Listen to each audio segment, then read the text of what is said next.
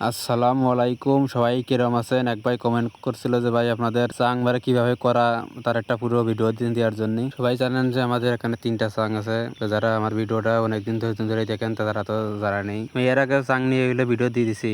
আমাদের এই চাংটা হইলকে 4 থেকে 5 ফিট হইলে আছে হাইট। আমাদের চাঙের নিচে লগে মাটি, কোনো ফলট টলট নাই করা। মানে আমরা হইলো শীতের সময় লগে বা হইলো আপনার এই যে মানে গরমে যে সময় ওগুলোকে বেশি বৃষ্টি হয়, চাঙের নিচে পানি টানি চলে যায়, আমরা সেই সময় লগে বালি দিয়ে দিই। মানে বালি দেওয়ার কারণে লগে গ্যাসটা উপরে না ওঠে। তাই আমাদের চাঙের পার লগে আমরা ছটা দিয়ে দিছি, ছটা লগে 4 আঙ্গুল ফাঁকা দিছি। আর যে হলো নেটটা দেওয়া আছে সেই নেটটা হলো 1 ইঞ্চি গ্যাপ। মানে চাং হলো একটু ফাঁকা ফাঁকা করতে হবে, আবার নেটটা একটু ফাঁকা নেট দেওয়া লাগবে যাতে লিটারটা হইলো পুরোপুরি ভাবে পড়ে। আর যদি হইলো চাং যদি ঘন কম হয় তাহলে পরে লিটারটা পড়তে চায় না। আর যদি লিটার না পরে তাহলে হলে পরে অ্যামোনিয়া গ্যাস হয়। আর গ্যাস হইলে পরে শীতের সময় একটু সমস্যা হয়, মুরগির হইলে পেটে পানি জমে। সেই কারণে ওইটাকে চাং করার সময় অবশ্যই হইলে ফাঁকা ফাঁকা করে দেওয়া লাগবে। চাং করলে হইলো যে সাইডে যে হলো বাঁশ বা মানে খুঁটি থাকে সেগুলা থেকে হলো টিং